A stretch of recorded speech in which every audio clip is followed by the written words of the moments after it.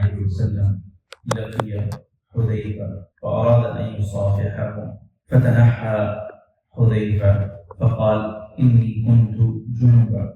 فقال: إن المسلم إذا صافح أخاه تحاتت خطاياهما كما يتحات ورق الشجر. رواه البزار من رواية مصعب بن ثابت. Sayyidina Abu Hurairah radiyallahu anhu narrated that Rasulullah sallallahu alaihi wasallam met with Hudayfa radiyallahu anhu. So the Prophet sallallahu alaihi wasallam intended to shake hands with him, but Hudayfa radiyallahu anhu stepped back and he said, I am in the state of janaba. Upon that, the Prophet sallallahu alaihi wasallam said, indeed, when a Muslim shakes hands with his brother, both of their sins fall off, just like the leaves fall off a tree.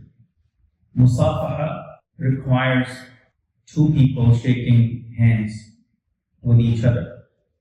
That's what the literal meaning of musafaha is.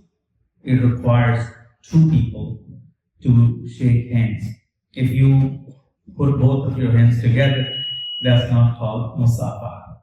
So the Prophet ﷺ promoted musafaha a lot, and he performed musafaha a lot. And he's someone, subhanallah, when he would shake hands with someone, he would never be the first one to pull his hands away. It would always be the other person. And that's not because the Prophet ﷺ had more free time than other people. This was part of his teachings. This was part of the etiquettes that he taught to us. It shows more respect and more honor to the other person. The other person feels special that this person is holding my hand longer than he would hold other people's hand. That makes him feel special. And making someone feel special is also an act of righteousness in the sight of Allah subhanahu wa ta'ala. Allah subhanahu wa ta'ala loves it when you do something for your brother to make him happy. So the Prophet ﷺ, when he met with Hudayfa radiyallahu anhu, he intended to shake hands with him.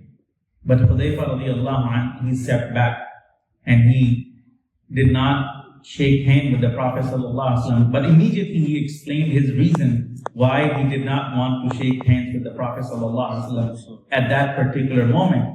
He said, I am in the state of janaba, meaning I am in the state of major impurity, and I need to take shower first and then I can shake hands with you.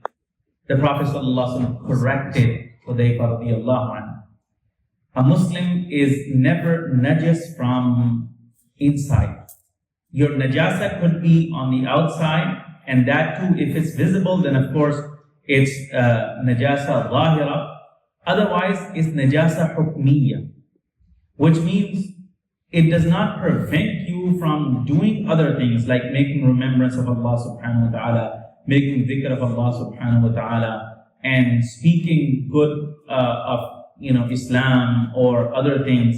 It does not prevent you from doing those things. But in the state of janaba, some additional things get attached to the list of prohibited things. Like you cannot pray when you are in the state of janaba. You cannot make tawaf when you are in the state of janaba. You cannot touch Quran. You cannot recite Quran when you are in the state of janaba. You cannot be in the masjid or enter the masjid when you are in the state of janaba. Those are some additional restrictions. But shaking hands is not one of them. So Hudayfa radiyallahu anhu perhaps thought, if I'm in the state of janaba, I should not shake hands with the most pure person on the face of this earth, Rasulullah sallallahu alaihi wasallam. But the Prophet sallallahu alaihi wasallam corrected him, and he said, when a Muslim shakes hands with his brother, both of their sins fall off, their minor sins, just like the leaves fall off a tree. That's how noble this deed is in the sight of Allah subhanahu wa ta'ala.